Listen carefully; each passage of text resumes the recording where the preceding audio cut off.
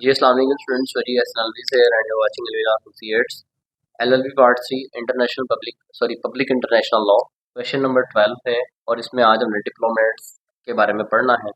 Diplomats actually आपके वो persons होते हैं जो कि एक स्टेट की नुमाइंदगी करते हैं किसी दूसरी स्टेट में जाके, ठीक है। यानी ये रिप्रेजेंटेटिव्स होते हैं, कह लें, ठीक है, नुमाइंदे होते हैं जो अपनी स्टेट को किसी दूसरी स्टेट में जाके रिप्रेजेंट कर रहे होते हैं एम्बेसीज की फॉर्म में। डिफरेंट इनको टास्क दिए जा सकते हैं, डिफरेंट इनको मिशंस जो है वो असाइन किए जा सकते हैं, ठीक है। और जो होस्ट कंट्री होती है वो स्पेसिफिकली विया सम एग्रीमेंट्स जो है इनको एक्सेप्ट करती है और इनके सारे मामला चलते हैं। आज के लेक्चर में पढ़ेंगे कि डिप्लोमेट्स एक्चुअली कौन होते हैं, इनको इम्यूनिटीज कौन कौन सी हासिल होती हैं और क्या क्या प्रोटेक्शंस इनको अवेलेबल होती हैं होस्ट कंट्री की तरफ से, और किन सूरतों में जो है वो डिप्लोमेटिक जो रिलेशंस है वो ख़त्म हो जाते हैं, किन सूरतों में जो है वो इनको आप निकालने के लिए जो है वो पाबंद होते हैं, एट्सेट्रा। ये सारी चीज़ें डिप्लोमेटिक इन्वॉइस से रिलेटेड जो है वो आज के लेक्चर में पढ़ेंगे। अच्छा जी, हु इज़ डिप्लोमेटिक इन है, what immunities and privileges are available to you. तो डिप्लोमेटिक जो इनॉयस होते हैं आपके वो कौन हैं और उनको कौन कौन सी जो प्रिविलेजेस हैं, इम्यूनिटीज हैं वो हासिल होती हैं। इंट्रोडक्शन से स्टार्ट करते हैं। A diplomatic envoy is a person sent by one country to another to represent their government and maintain good relations। अच्छा, एक स्टेट जो है दूसरी स्टेट की तरफ जो अपना बंदा, जो अपना इंडिविजुअल जो है वो भेज रही है ताकि वो जाके इस स्टेट को रिप्रेजेंट करे और अच्छे रिलेशनशिप जो है वो डेवलप करे बिटवीन द कंट्रीज, इसको आप डिप्लोमेटिक इन्वॉय बोलते हैं। दे हेल्प इन कम्युनिकेशन, वो कम्युनिकेशन में आपको हेल्प आउट करते हैं, solving problems and making agreements between the Nations, और दोनों कंट्रीज के दरमियान, दोनों स्टेट्स के दरमियान जो एग्रीमेंट्स वगैरह हैं उनको मेड आउट करने में आपको हेल्प आउट करते हैं। The envoys can be ambassadors or other officials who work to promote peace, trade and cooperation। मैंने पहले ही बताया ये एम्बेसडर्स भी हो सकते हैं और ये जो है वो ऑफिशियल वर्कर्स भी हो सकते हैं जो कि पीस को प्रमोट करने के लिए काम करेंगे, ट्रेड रिलेटेड जो मामला हैं उनको स्मूथ वे बनाने के लिए काम करेंगे, और दोनों स्टेट्स के दरमियान, नेशंस के दरमियान कोऑपरेशन के लिए जो है वो काम करेंगे, ब्रिज का रोल प्ले करेंगे। कहता their job is important because they help countries understand each other. इनकी जॉब इसलिए इम्पोर्टेंट होती है, इनका काम इसलिए अहम होता है क्योंकि ये दोनों कंट्रीज को एक दूसरे को अंडरस्टैंड करने में हेल्प आउट करते हैं, दोनों कंट्रीज की जो बात है उसको कम्युनिकेट करते हैं, and work together on global issues, और ग्लोबल इश्यूज पे इकट्ठे काम करते हैं। सो दैट्स व्हाई इनका रोल बहुत इंपॉर्टेंट होता है। रेलिवेंट प्रोविजंस की अगर बात करेंगे तो Veena convention on diplomatic relations 1961 जो है वो सारा का सारा इसको डील करता है। Interpretation of term diplomatic agent पढ़ेंगे कि डिप्लोमेटिक एजेंट से मुराद क्या है दरअसल। तो हुगो ग्रोटिस कहता है जी, कहता है diplomatic agents are the state representatives. तो मतलब ये एक स्टेट का नुमाइंदा होता है who maintain peace and negotiate agreements, जो कि पीस को मेंटेन रखने के लिए काम करता है दूसरी स्टेट में जाके, और दोनों स्टेट्स के दरमियान जो निगोशिएशन है, एग्रीमेंट्स हैं, उनको जो है वो साइन करवाने का, निगोशिएट करवाने का जो है वो काम करता है। ये तो होगी इंटरप्रिटेशन। एक और है वो आपने देखनी है, डेफिनेशन एक और मैं बता देता हूँ। According to article 1 sub clause ई है उसकी ऑफ वीना कन्वेंशन ऑफ 1961, इसके अंदर डेफिनेशन दी गई है डिप्लोमेटिक एजेंट की। कहते हैं जी diplomatic agent is an official, ये एक ऑफिशियल होता है, यानी जो एक स्टेट की तरफ से दूसरी स्टेट की तरफ सेंड किया जाता है, लाइक एन एम्बेसडर, जैसे कि एक एम्बेसडर होता है, और envoy send to represent a country. ये किस लिए सेंड किया जाता है, इसको किस लिए दूसरे मुल्क में भेजा जाता है, ताकि ये उस कंट्री की, उस स्टेट की जाके रिप्रेजेंटेशन कर सके उस मुल्क के अंदर, एंड मेंटेन इंटरनेशनल रिलेशंस, और इंटरनेशनल रिलेशंस को मेंटेन रखने में उस कंट्री की हेल्प करे, with special rights and protection, जिसको स्पेशल जो है वो राइट्स भी प्रोवाइड किए जाते हैं और प्रोटेक्शंस भी प्रोवाइड की जाती हैं जो कि और किसी को हासिल नहीं होती उस कंट्री के अंदर। अच्छा जी, मीनिंग ऑफ इम्यूनिटी, हम कह रहे हैं ना कि इसको इम्यूनिटीज हासिल होती हैं, प्रोटेक्शन हासिल होती हैं, इसको स्पेशल राइट जो है वो गिवन होते हैं। जैसे मैं मिसाल देता हूँ, तो वो फ्रांस का मसला जब हुआ 2 से 3 साल पहले, तो उसमें फ्रांस की एम्बेसी ख़त्म करने का कहा जा रहा था कि पाकिस्तान से उनकी एम्बेसी ख़त्म करें, उनके एम्बेसडर्स को निकालें, अपने जो एम्बेसडर्स हैं वहाँ से वापस विड्रॉ करें। तो ये प्रेशर आ रहा था। तो ये बेसिकली क्या था, ये इम्यूनिटीज़ थी जो हमने एम्बेसडर्स को दी होती हैं कि जिन इम्यूनिटीज़ के होते हुए हम जो है उनको ना तो निकाल सकते हैं, ना उनको जो है वो कह लें कि अपने मुल्क के अंदर अरेस्ट कर सकते हैं, ना ही उनकी एम्बेसी से जो है उनको सर्च कर सकते हैं। प्रॉपर प्रोटोकॉल्स देने पड़ते हैं, इसी तरह हमारों को उन्होंने दिए होते हैं वहाँ पे। तो कहते हैं जी इम्यूनिटी से मुराद क्या है? कहते हैं डिप्लोमेट्स हैव स्पेशल प्रोटेक्शंस, मतलब इनको स्पेशल तरह की प्रोटेक्शंस हासिल होती हैं, so they can do their job without fear of arrest, ताकि वो अपना काम कर सकें इस डर से, इस डर के बगैर कि उनको गिरफ्तार कर लिया जाएगा और इंटरफेरेंस या उनके काम में मुदाखलत की जाएगी। तो ये जो उनको स्पेशल प्रोटेक्शन हासिल होती है ना, जिसमें उनको ऐसा इन्वायरमेंट प्रोवाइड किया जाता है कि वो अपना काम जो है वो आज़ादी के साथ करें, इस को कहते हैं इम्यूनिटी। ठीक है, ये स्पेशल प्रोटेक्शंस जो है वो एम्बेसडर्स को, उन डिप्लोमेटिक एजेंट्स को जो है वो हासिल होती हैं। अब आ जाते हैं क्लासिफिकेशन ऑफ डिप्लोमेटिक एजेंट्स के, जो डिप्लोमेटिक एजेंट्स हैं वो किस किस तरह के हो सकते हैं। तो according to article 14 of the Vienna convention on diplomatic relations of 1961, diplomatic agents are classified into three categories. तो डिप्लोमेटिक एजेंट्स को आप तीन तरह से कैटेगराइज कर सकते हैं। सबसे पहले आता है एम्बेसडर्स और लीगेट्स। ये कौन होते हैं? ये टॉप क्वालिटी के डिप्लोमेटिक एजेंट होते हैं, मतलब जो टॉप पे आते हैं डिप्लोमेटिक एजेंट्स, वो एम्बेसडर्स और लीगेट्स होते हैं।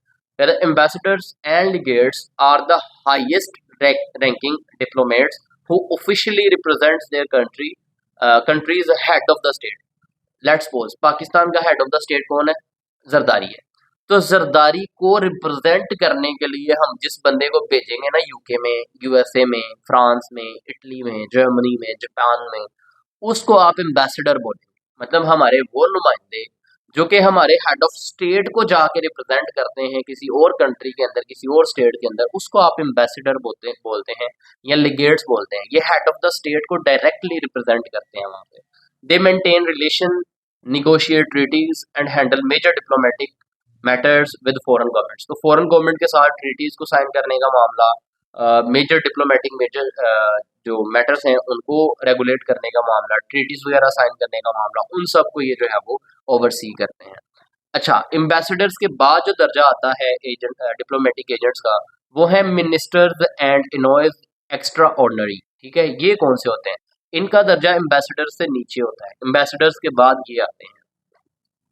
कहता जी ministers and envoys extraordinary are senior diplomats with authority to represent their country but rank below the ambassadors। कहता है ये भी सीनियर मिनिस्टर्स होते हैं जो कि अपने मुल्क को जाके वहां पर रिप्रेजेंट करते हैं, लेकिन इनका दर्जा एम्बेसडर से नीचे होता है।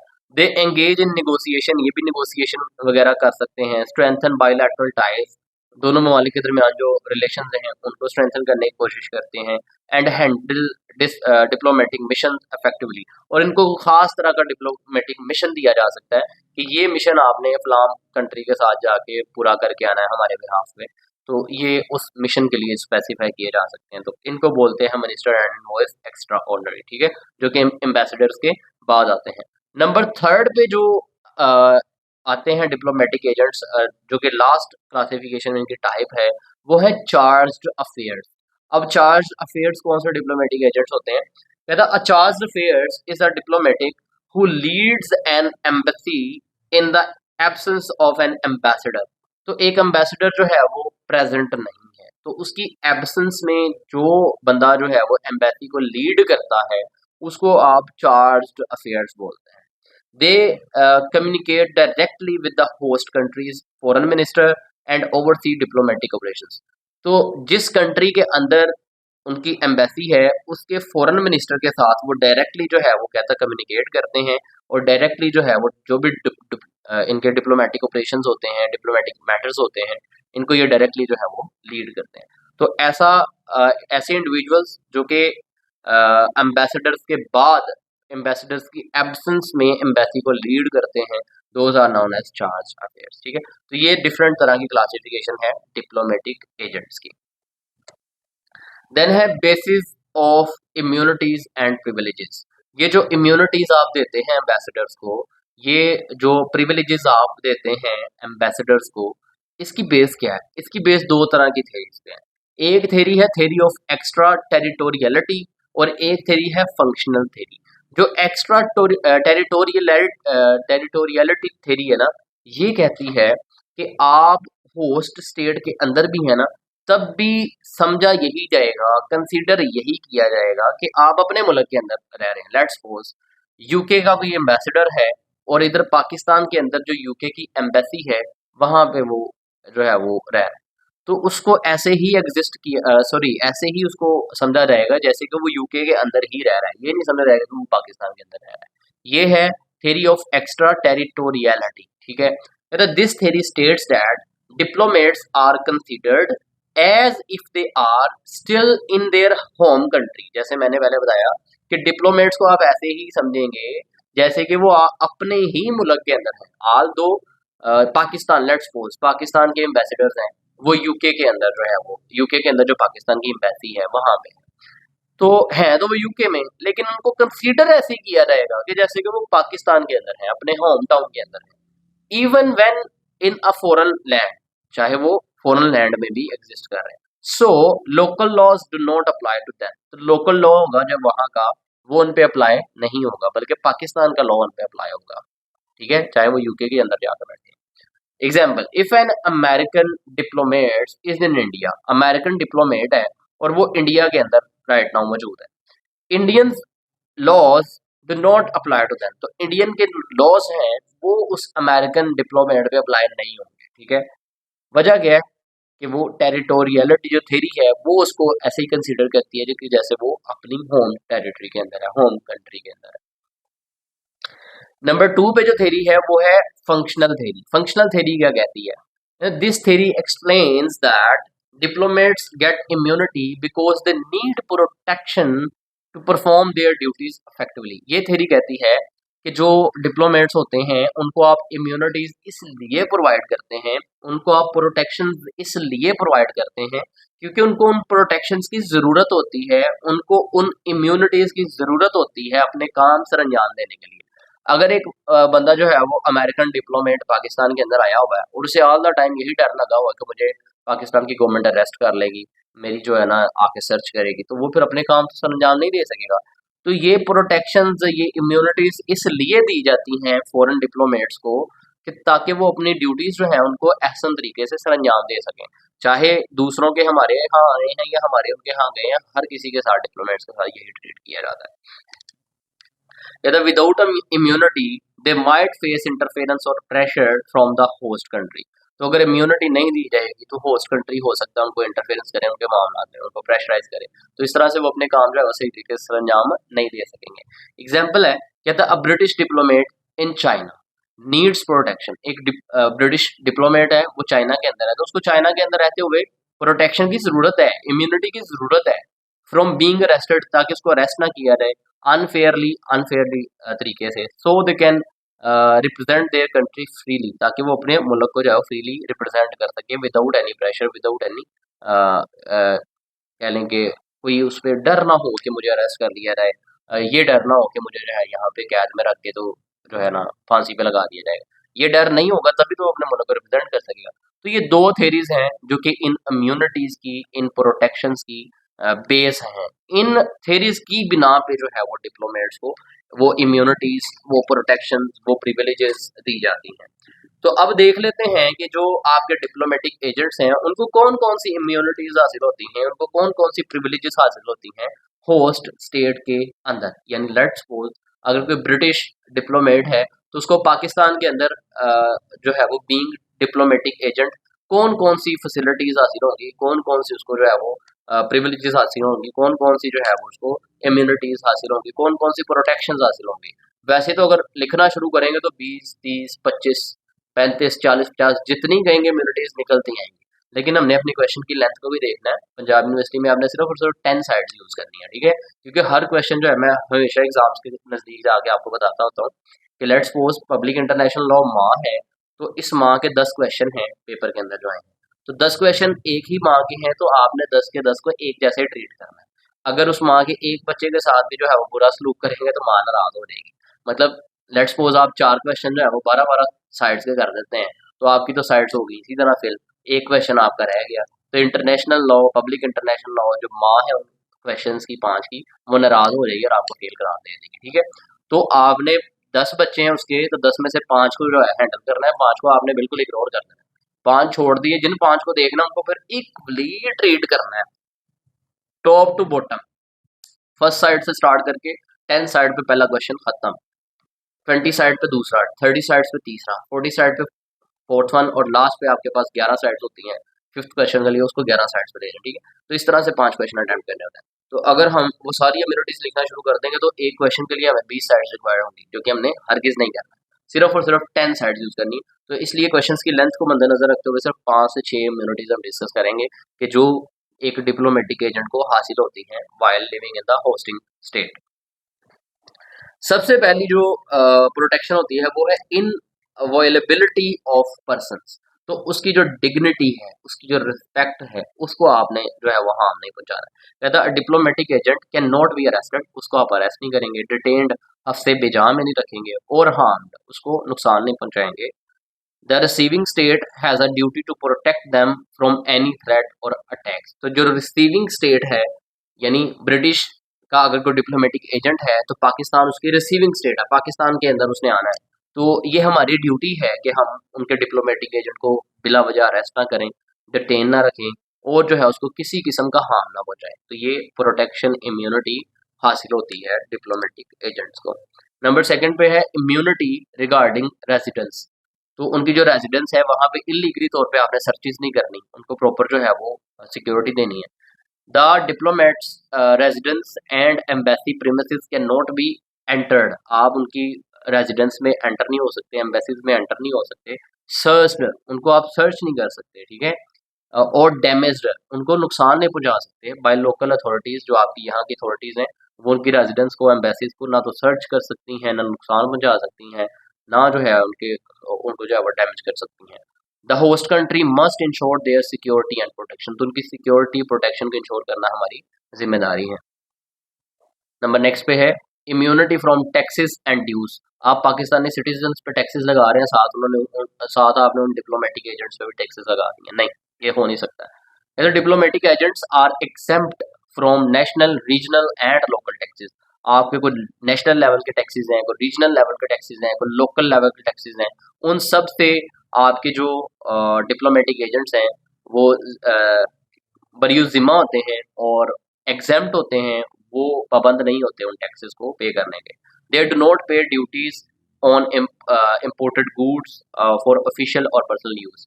तो जो चीज़ें उन्होंने अपने वहाँ से मंगवाई हैं अपने पर्सनल यूज़ के लिए या अपने ऑफिशियल यूज़ के लिए, उन पे उनको कोई गुड्स पे ड्यूटीज वगैरह भी नहीं देनी पड़ती, ये भी इम्यूनिटी उनको हासिल होती है। देन है इम्यूनिटी फ्रॉम क्रिमिनल जुरिस्डिक्शन, मतलब क्रिमिनल तौर पे आप उनको जो है पनिश नहीं कर सकते। Diplomats can not be prosecuted for any criminal offence in the host country. Host country के अंदर किसी भी क्रिमिनल ऑफेंस के लिए आप उनको जो है प्रोसिक्यूट नहीं कर सकते। If they break the law, अगर वो लॉ ब्रेक करते हैं, only their home country can take legal action, तो उनका जो होम कंट्री है वो लीगल एक्शन इस पे लेगा। मजीद इम्यूनिटी की अगर बात करें तो इम्यूनिटी फ्रॉम सिविल जुरिस्डिक्शन है, जैसे क्रिमिनल जुरिस्डिक्शन है वैसे ही सिविल जुरिस्डिक्शन है। Diplomats can not be sued in civil cases, civil cases में आप उनको केस फाइल नहीं कर सकते उन पे, except in disputes related to private business activities. हाँ, ऐसे डिस्प्यूट्स जिनमें वो प्राइवेटली तौर पे कोई बिजनेस कर रहे थे तो उसका नाजायज फायदा उठाया उन्होंने अपने अहदे का, तो किसी के साथ कोई फ्रॉड किया, धोखा किया, तब आप उनको सू कर सकते हैं। पर्सनल प्रॉपर्टी ट्रांजैक्शन और इनहेरिटेंस मैटर्स एक्सेट्रा। तो ये सारी की सारी वो इम्यूनिटीज थी जो कि डिप्लोमेटिक एजेंट्स को हासिल होती है while living in the host country. Then है main functions and duties of diplomatic agents. ये जो डिप्लोमेटिक एजेंट्स होते हैं इनके मेन फंक्शंस कौन कौन से होते हैं, कौन कौन से ड्यूटीज इन्होंने परफॉर्म करनी होती है। तो सबसे पहले है रिप्रेजेंटिंग देयर कंट्री। सिंपल सी बात है, आपको भेजा ही इस मकसद के लिए गया है। ब्रिटिश का कोई लेट्स सपोज डिप्लोमेटिक एजेंट है जिसको पाकिस्तान में भेजा जा रहा है, तो किस लिए भेजा जा रहा है, मेरा वो सैर करके आओ, नहीं, बल्कि हमारी कंट्री को वहां पे जाके रिप्रेजेंट करो, हमारे और पाकिस्तान के जो आपस के रिलेशनशिप्स हैं उनको स्मूथ बनाओ, हमारी जो ट्रेड है उसको स्मूथ बनाने की कोशिश करो, हमारे जो ट्रीटीज वगैरह हैं उनमें हमारी हेल्प करो, हमारे दरमियान निगोसिएशन करवाओ, ठीक है। तो ये मकसद होता है कि आपने अपनी स्टेट को जाके रिप्रेजेंट करना है। नंबर सेकंड पे है निगोशिएटिंग एग्रीमेंट्स। आप एग्रीमेंट्स जो है वो निगोशिएट करवाएं, कहता they engage in discussions to form treaties, treaties वगैरह को फॉर्म करने में डिस्कशंस करते हैं, ट्रेड एग्रीमेंट साइन करवाते हैं, and political partnership. Their role is to ensure the best possible outcomes for their country while maintaining international cooperation. ठीक है, तो ये इनका सेकंड जो है वो पर्पस है। देन नंबर थर्ड में जो इनका फंक्शन है वो है प्रोटेक्टिंग सिटीजन्स अब्रोड, के बाहर रहने वाले जो सिटीजन्स हैं उनको भी प्रोटेक्ट करना है। कहते they assist their country citizen who are facing legal issues. Let's suppose हमारे लोग जो ब्रिटिश यूके में गए हुए हैं, तो वहाँ पे उनको कोई अगर इशू आ रहा तो हम अपनी एम्बेसी से जो है वो कांटेक्ट कर सकते हैं, अपने एम्बेसडर से, डिप्लोमेटिक एजेंट से कांटेक्ट कर सकते हैं, वो हमें वहाँ पे असिस्ट करेंगे। इसी तरह उनके हमारे यहाँ करेंगे। Issues emergency or difficulties in the host country. This includes providing support during crisis, issuing passports and ensuring a fair treatment.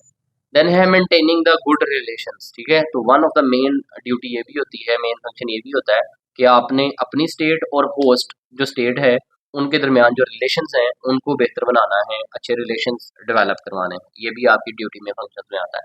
और देन है रिपोर्टिंग टू देयर गवर्नमेंट, जो भी वहाँ पे एक्टिविटीज होंगी, जो भी आप काम सर अंजाम दे रहे हैं, उन सबको आपने अपनी जो स्टेट है, आपकी जो होम कंट्री है, उसको भी रिपोर्ट करना है कि आपकी एक्टिविटीज वहाँ की क्या क्या चल रही हैं, कैसे मामला चल रहे हैं। ये तो सारी हो गई जो है वो ड्यूटीज और फंक्शंस जो कि आपने परफॉर्म करने हैं।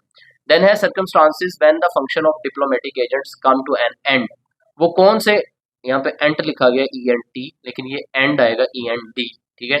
वो ऐसे कौन से सर्कमस्टांसिस हैं, ऐसी कौन सी सिचुएशंस हैं कि जब डिप्लोमेटिक जो आपकी टाइज हैं या डिप्लोमेटिक फंक्शंस जो है या डिप्लोमेटिक एजेंट्स के जो काम है वो कम टू एन एंड होगा, मतलब खत्म हो जाएगा। तो ऑब्वियसली जब आपका पर्पस जो है वो पूरा हो गया है तो अल्टीमेटली आप जो है वो निकल जाएंगे। यहाँ जरूरत नहीं रही आपकी होस्ट कंट्री को, तो डिफरेंट सिचुएशंस होती हैं पढ़ते। सबसे पहले एंड ऑफ डिप्लोमेटिक मिशन, तो जिस मिशन पे आप आए थे वो मिशन पूरा हो गया, अकम्प्लिश हो गया, तो no you can leave the host country.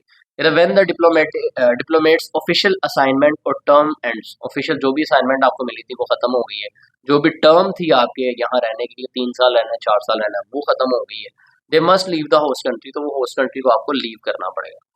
And their diplomatic status is withdrawn, तो उनका जो डिप्लोमेटिक स्टेटस है वो विड्रॉ कर लिया रहेगा। उसके बाद अगर फिर भी वो उसी कंट्री में रहते हैं, कोई ऐसी इलीगल एक्टिविटी करते हैं, तो फिर वो इम्यूनिटीज उनकी खत्म हो जाएंगे और उनको पनिश किया रहेगा।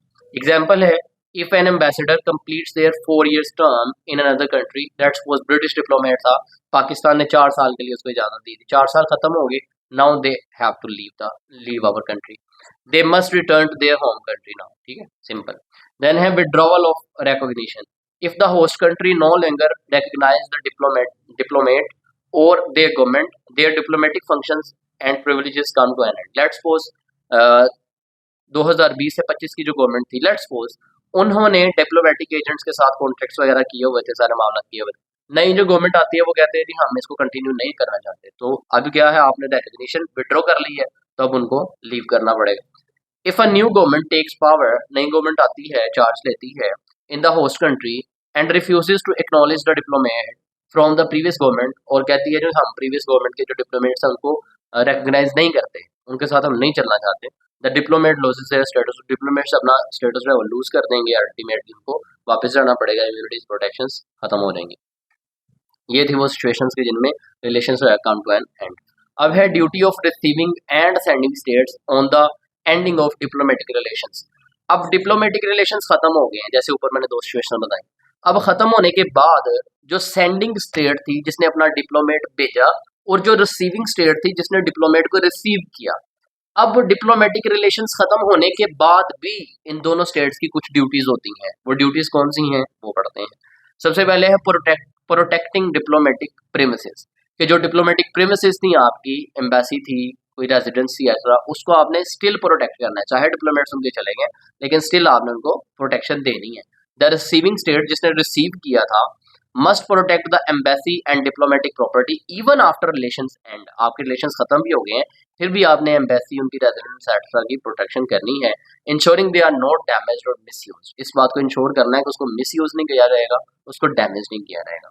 देन है इंश्योरिंग सेफ डिपार्चर, रिलेशनशिप खत्म हो गया, डिप्लोमेटिक टाइज खत्म हो गई हैं, लेकिन उनको उनकी होम कंट्री में भेजने तक का जो डिपार्चर का सफर है वो आपने सेफ एंड श्योर करना है कि साउंड एंड सेफ आपने उनको यहाँ से रवाना किया। The receiving state must allow diplomats and their families to leave safely without any harm और ऑब्स्टेकल्स। चाहे आपकी डिप्लोमेटिक टाइज खत्म हो गई हैं, लेकिन जो रिसीविंग स्टेट है हमेशा उन्होंने कोशिश करनी है कि जो डिप्लोमेटिक एजेंट्स थे, उनकी फैमिलीज थी, उनको सेफ डिपार्चर जो है मेक श्योर करें कि वो खैर वाफिज से अपने होम कंट्री जा सकें।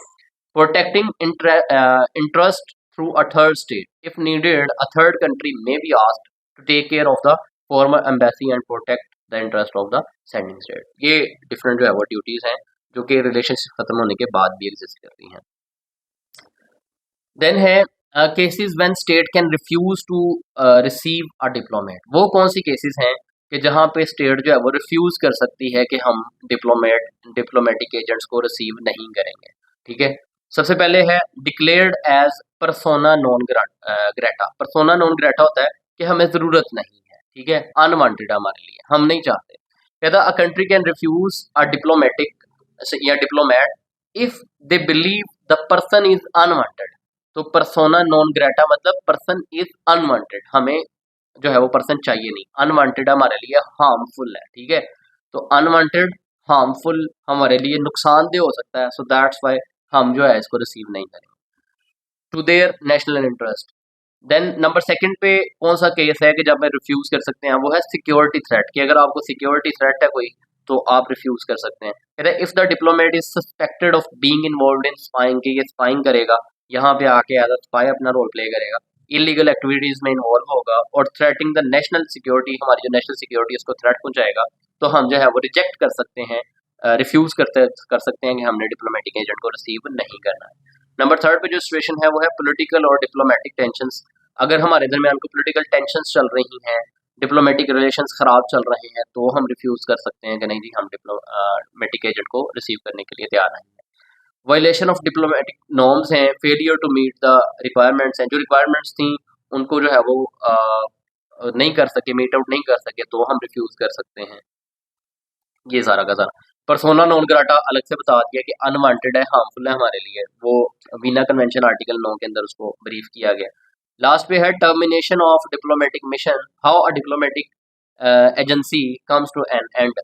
तो म्यूचुअल एग्रीमेंट के साथ आप उसको खत्म कर सकते हैं, और कंप्लीशन ऑफ असाइनमेंट की जो असाइनमेंट थी वो कंप्लीट हो गई है, तो अब उसकी जरूरत नहीं रही, इस तरह से खत्म कर सकते हैं। Then formalities at termination of mission, जब मिशन जो है वो टर्मिनेट हो जाता है तो कौन सी फॉर्मेलिटीज हैं जिनको आपने पूरा करना है। कहता है when a diplomatic mission ends, जब डिप्लोमेटिक मिशन जो है वो खत्म हो जाता है, the diplomatic informs the host country and returns home. वो जो होस्ट कंट्री है जहाँ पे वो एग्जिस्ट कर रहे हैं उनको इन्फॉर्म करेंगे कि हमारा मिशन कंप्लीट हो गया है, और सारी मामला तय करने के बाद जो है वो अपने मुल्क वापस लौट जाएंगे। They hand over duties, return official documents and follow exit procedure. ठीक है, तो जो भी ऑफिशियल डॉक्यूमेंट्स हैं वो हैंड ओवर करेंगे, ड्यूटीज जो भी हैं वो हैंड ओवर करेंगे, और एग्जिट प्रोसीजर जो है उसको जो है वो अडॉप्ट करेंगे कि वापस जाने का प्रोसीजर क्या है। द एम्बेसी में close and relations officially and, embassy जो है वो क्लोज हो सकती है, बंद हो सकती है, और रिलेशन जो है वो ऑफिशियली जो है वो खत्म हो सकते हैं। Then international terrorism and protection of diplomats है। ठीक है, कि टेररिज्म अगर इंटरनेशनल लेवल पे हो रही है तो उस लेवल पे आपने किस तरह से डिप्लोमेट्स जो है हमको प्रोटेक्शन देनी है। और देन लास्ट में हमारे पास जो है वो कंक्लूजन है। तो ये था आज का हमारा टॉपिक, होप सो आपको समझ आया होगा। मिलते हैं इंशाल्लाह मंडे को, फिलहाल के लिए इतना ही है। जज़ाकल्लाह, थैंक यू।